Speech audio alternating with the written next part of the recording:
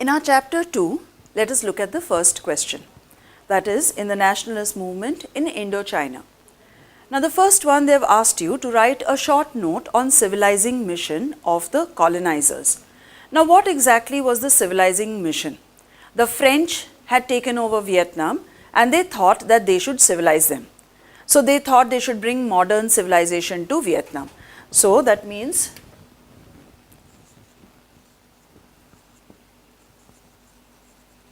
civilizing mission, in that the French will modernize Vietnam. Okay, so this is the first point, that they will modernize it. Now, what they did was they also tried to teach them a little more so that they can teach them French so that they will understand their language, and actually they wanted people to work for them. So, in this modernizing, teach French to the natives. Okay, so this was the main way that they thought they will modernize them. Our second short note is on Huynh Phu So. Now, he was the founder of the How Hua movement. Okay, founder of the How Hua movement. That means he started this movement. He was basically a Buddhist scholar and he was founder of an anti-colonial religious movement. This he started in 1939. I am putting down only the main points so that when you write the short note, you can cover all these points, because they will be looking at the key points. Are you covering them or not? And it was very fertile. This was in Mekong Delta. In Mekong Delta. Okay, in the Delta region, this was the year when he started it. He was basically a social reformer and he used to perform miracles. That means kuch chamatkar karte the wo. So naturally he had lots of people who followed him. He was opposed to child selling or brides were being sold, gambling, alcohol, opium. So he was against all these things. Okay, against child or bride sale, alcohol, opium, gambling, यानी वो जुगार के खिलाफ थे, दारू व्यसन जो है उसके खिलाफ थे, बच्चों को बेचना. So he was basically a social reformer. So social reformer, what work he did? He did all these type of things. He told people not to do all these things. Then he also started a movement as a struggle against the French, because the French were ruling Vietnam. They declared that he is mad. Who declared? The French declared. And they put him in an asylum. Asylum means Pagalkhana.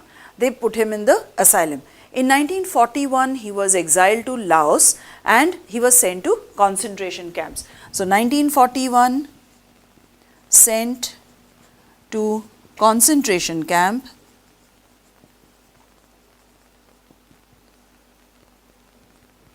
Declared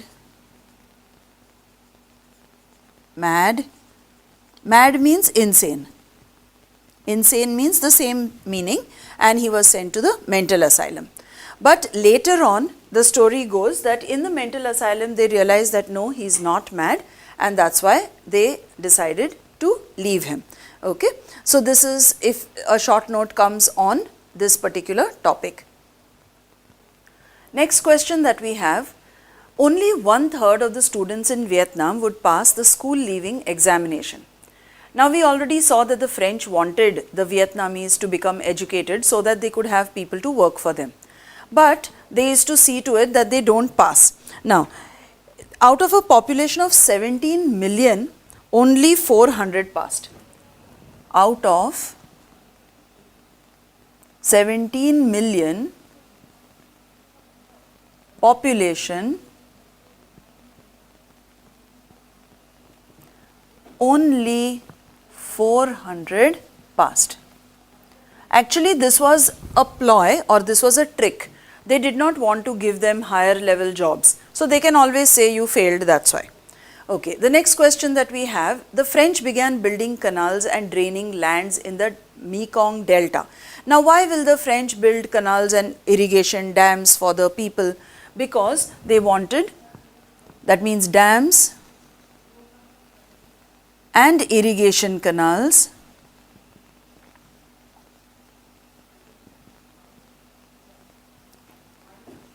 were built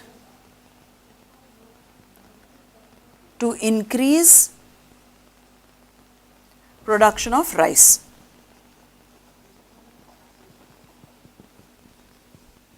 Or even the land, amount of land that was cultivated for rice, because they used to export rice. That was the main way that they could earn their profits. Now, the third question which they have given, the government made Saigon Native Girls' School take back the students it had expelled. Now, you know that in Saigon school incident, what had happened? One of the girls who was sitting in front, she was told, you go and sit behind, because the French girl has to be brought in front. All of them protested and all of them were thrown out of school or expelled from school. So, you know that finally they had to take them back because all the children would leave the school otherwise. Here you find that nearly all the school girls decided that we are going to walk out. Now, they could not have that. But understand one thing, that even in these schools, they never used to teach French in the normal classes. They used to take French separately, evening classes for which you had to pay separately. So, they wanted them to be educated but not so educated. They can't afford something, so that means they will not get higher level jobs. Other reason which we have to explain, or explain why rats were very common in the modern newly built cities. Now, you know, in Hanoi was a modern city, and this was built according to French architecture.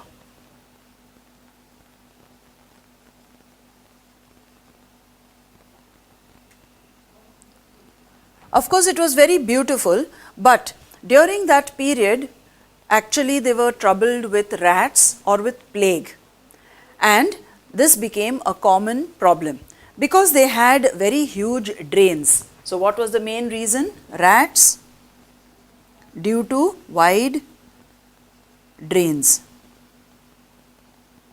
And because of that, lots and lots of rats were there, and that created a problem in Hanoi. Now, next question is, describe the ideas behind the Tonkin Free School. To what extent was typical example of colonial ideas in Vietnam? Now, the Tonkin Free School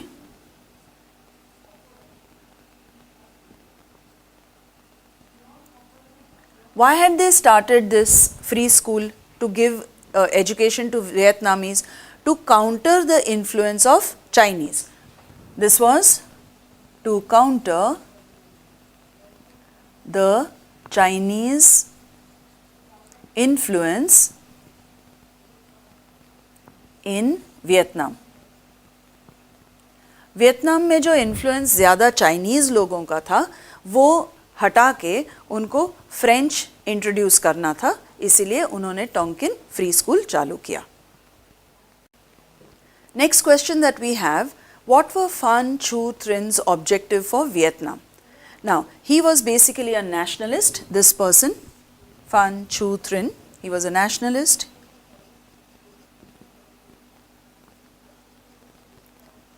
So, you can remember that. He tried to end France's brutal occupation, okay, he wanted to end France brutal means cruel occupation.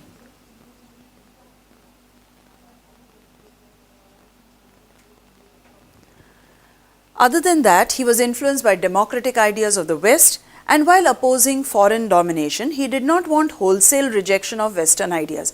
That means what is good in Western ideas? The French had good ideas of equality, liberty, so that we must take. But we must not go totally by that, because the French themselves are not abiding by the ideals that they stand for. So he wanted French to end, but take the good ideals like liberty and equality from the French. That means not total rejection of the West. Now he also demanded that the French should start legal and educational institutions so that they can develop agriculture and industries. So what did he want? First thing, he wanted to end French occupation. Second, he wanted the good ideals to be taken. And the third point you can see, wanted legal and educational reforms for agricultural and industries to develop. तो ये राष्ट्रवादी थे, उन्हें क्या चाहिए था कि French निकल जाए, लेकिन अगर फ्रेंच यहाँ है तो वो लीगल सिस्टम, एजुकेशनल सिस्टम यहाँ पे बनाए ताकि वियतनाम को फ़ायदा हो. और जो वेस्टर्न आइडियाज़ है, लिबर्टी, फ्रीडम या इक्वालिटी यानी समानता, वो हम वेस्ट से ले, टोटली वेस्ट को रिजेक्ट ना करें. Now, second part of the question is, how were his ideas different from Fan Boy Chao? यानी इनकी ideas कैसे अलग थी? Now, let us see the ideas of the other person. Okay. Now, what is the difference? Let us see. If you see, as opposed to him, Fan Boy Chao was more influenced by Confucian ideas. So, he had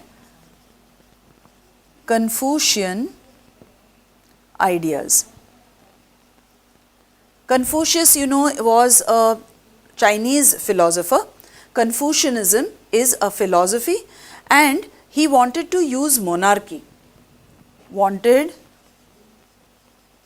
monarchy to remove the French. And he wanted the French to be removed first before any changes were made. French to be removed before any changes. So what is the difference? Over here he wanted the French to bring about little reforms, right? He wanted the French to start legal system, or he wanted them to start the educational system. As opposed to that, Fan Boy Chao did not want the French to do anything. The French should first get out. Fan Chu Trin's plan was to raise the people against French and also against monarchy. So he was against monarchy while he was not against monarchy. Both had the same goal. So if you see what is common among them, they both wanted freedom for Vietnam, but in different ways. Will you remember? तो अगर अलग उनका idea क्या था, इन्हें भी आज़ादी चाहिए थी फ्रेंच रूल से, इन्हें भी आज़ादी चाहिए थी फ्रेंच रूल से, लेकिन ये राज्यशाही चाहते थे और ये राज्यशाही नहीं चाहते थे. ये चाहते थे कि फ्रेंच पहले हट जाए और फिर जो भी चेंजेस लाने हैं वो लाए, और यहाँ पे वो चाहते थे कि फ्रेंच जब तक यहाँ है वही सुधार करने की कोशिश करे. Now, they've asked you to discuss, with reference to what you have read in the chapter, discuss the influence of China on Vietnam's culture and life. So, let us see. Influence of China on the life and culture of Vietnam. So let us see in which different fields it had a influence. First, the Chinese system of government.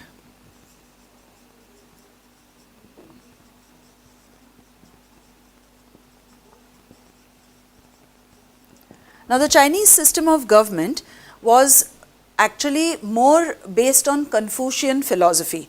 So, that system was also influencing the Vietnamese. The second thing, you can see the influence of Chinese culture. Now, the Chinese culture were the kind where you have lots of Confucianism, you have monarchy, they had Manchu rulers. So, basically you had Chinese philosophy or Confucianism. Okay, so they were influenced by that also. Now, it was also a source for them to change. That means there were lots of students who started one branch for restoration of Vietnam. So, China provided models for them to look for a change, and they wanted a refuge actually for escaping from the French culture. They didn't want French culture as much because they were more influenced by Chinese culture. So, it was also inspiration for change. And lastly, the development in China and Vietnam. Now, if you see over here, the emperor was trying to improve China. Fan Bao Chao wanted to overthrow the French. Change in scenario in China with the overthrow of monarchy, that means Manchu rulers. So, they felt if they can throw out the people who have come from outside, we can also do that. So, they wanted a republic in Vietnam. So, development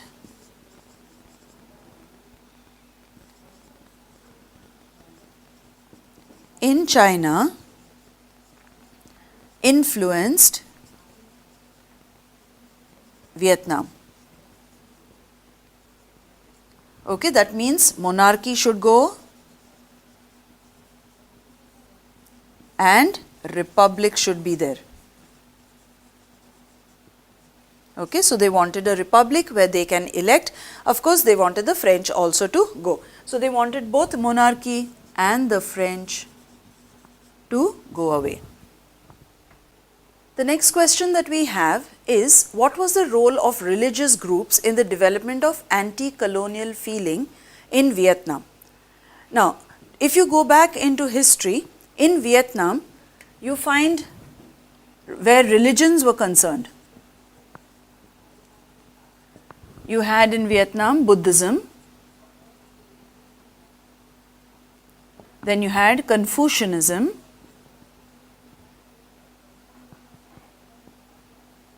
that is influence of China, and you already now started having Christianity.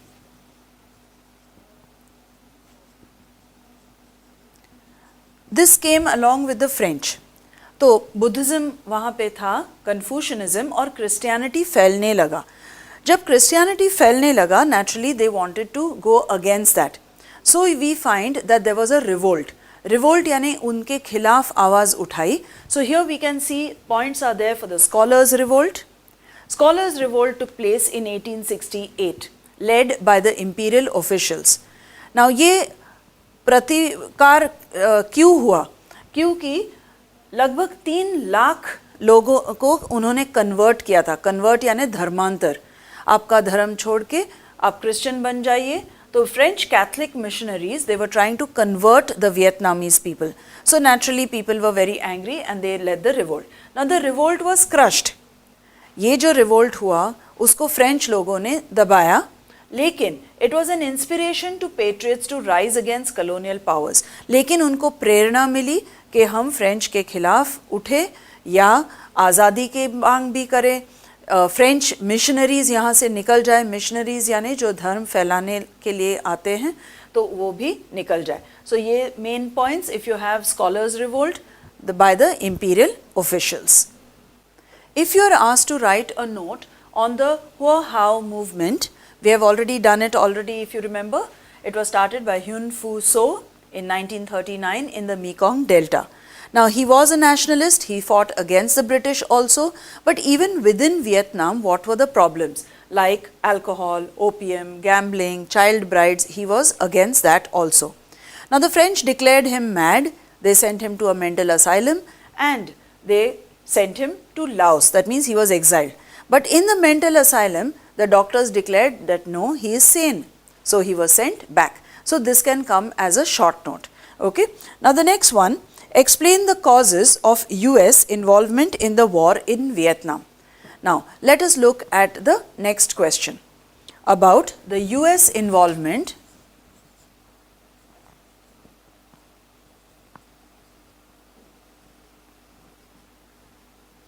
in Vietnam war. Now, what did the US have to do in Vietnam? The first reason why they did this was because they were scared that communism will spread. So, fear of the spread of communism. The second reason why they were fighting in Vietnam was because they wanted to support France. To support France. And the third reason was fear of unification. That means North Vietnam and South Vietnam may come together. Now here, communism they were worried about because the part which was communist was being supported by USSR. That means today we have Russia, former USSR was supporting, so they did not want communism to spread over there, which is why they entered the war. Second, to support France, and finally, they did not want unification of North and South, southern parts. That means they realized that it is better if they remained separate. One was democratic and one was communist. We saw why US entered the war. Now, what was the evaluation or the effect of US entering the war? First of all, we will take it from the point of view of Ho Chi Minh Trail.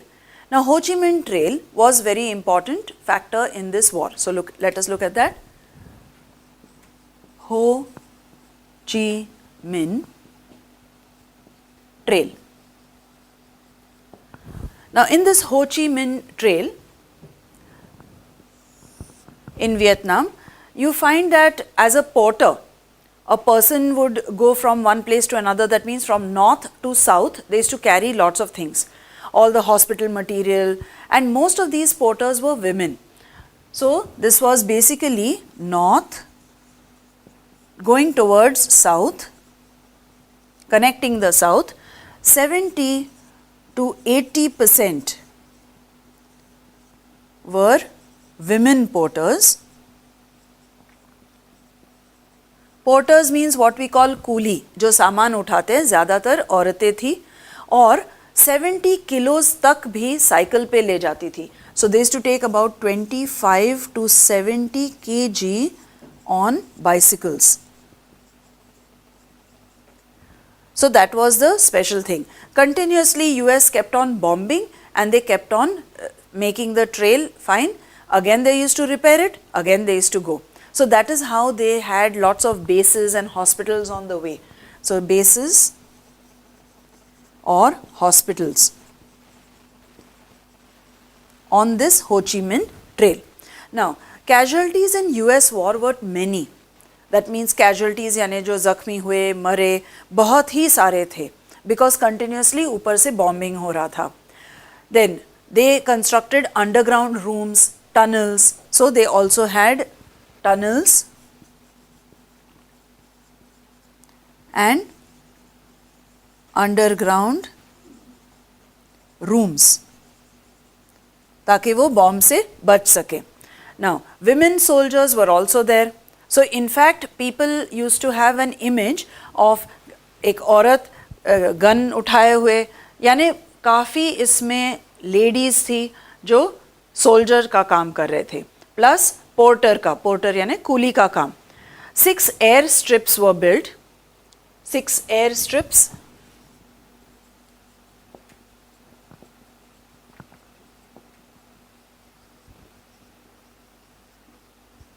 over here, and this is where the US used to continuously keep on bombing them, and they used to keep on shooting down their plane.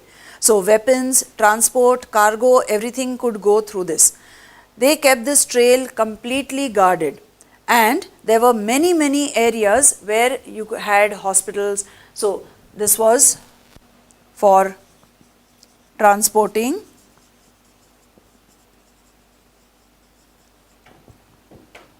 soldiers,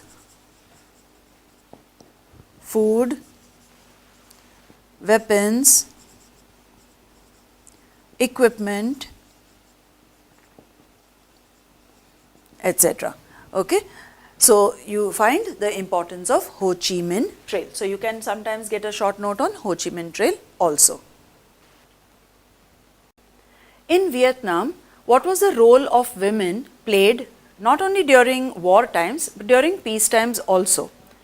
Now women were important during the peace times. They were always shown as heroes, they were shown as workers, they were shown as warriors. यानी औरतें जो थी, whether it is peace time यानी शांति के समय भी वो बहुत कष्ट करते थे, काम करते थे, और जब वॉर हुई तब उन्होंने सोल्जर जैसे अपने हाथ में शस्त्र लिए, वो भी लड़ने लगे. तो बहुत सारे अलग अलग प्लेज, नाटिका ऐसे लिखने चालू हुआ औरतों के बारे में, जहाँ पे औरत घर छोड़ के जाती है या वो लड़ती है, जंगल में जाती है. So let us have a look at some of the places और the stories written during that time. So now here you have a novel by Nhat Linh, in which a woman dares to leave her husband and goes. Then you have another play by Phan Bai Chau. The Trieu Ao, this person was known as a rebel. Rebel यानी बागी, जो खिलाफ उठते हैं. तो ये तो कब की बात है? 3rd century. That means it was really long ago. So they want to show that women were very strong. The Trung sisters fought against Chinese domination. Earlier in Vietnam, before the French came, the domination was mainly of the Chinese people. So you find that how women were always shown to be very patriotic, rebellious and very strong. So they popularized this image of women to people. They also played an important role where they would kill in the war, and in print media also their achievements were shown. In your textbook also, actually, they have shown one picture of a woman carrying a rifle. They were portrayed as young, brave, dedicated, and they have also told them how they used to be hard-working women. They used to have them shown with one hammer in the hand. यानी एक हाथ में हथौड़ा, एक हाथ में rifle, ऐसे उनको दिखाते थे. बहुत सारे जो यंग वुमेन वॉलंटियर्स थे, Ho Chi Minh trail we just did earlier, तो वहाँ पे भी आपने देखा मैक्सिमम जो कूली का काम करते थे, दे वर women. So women played a very important role. Now the next part where they have asked, similar to this, like when they have said that औरतें वियतनाम में कैसे strong दिखाई गई. Now if you compare with Indian women, their struggle during the nationalist movement. Today we are doing nationalist movement in Indochina. Indochina means Vietnam, Laos and Cambodia. These 3 places together make Indochina. Similar to that, if you remember during the Gandhian period, women also joined in the freedom struggle. औरतों का भी हाथ था उस वक्त जब Gandhian period चालू हुआ, यानी औरतें जाती थी बॉयकॉट करने के लिए जो फॉरेन गुड्स है, या फॉर पिकेटिंग यानी नारा लगाने के लिए सुबह में जो प्रभात फेरी निकलती थी. So you see that in a similar way Indian women also played a role in the Indian freedom struggle, exactly like how you see in Vietnam how women played an important role.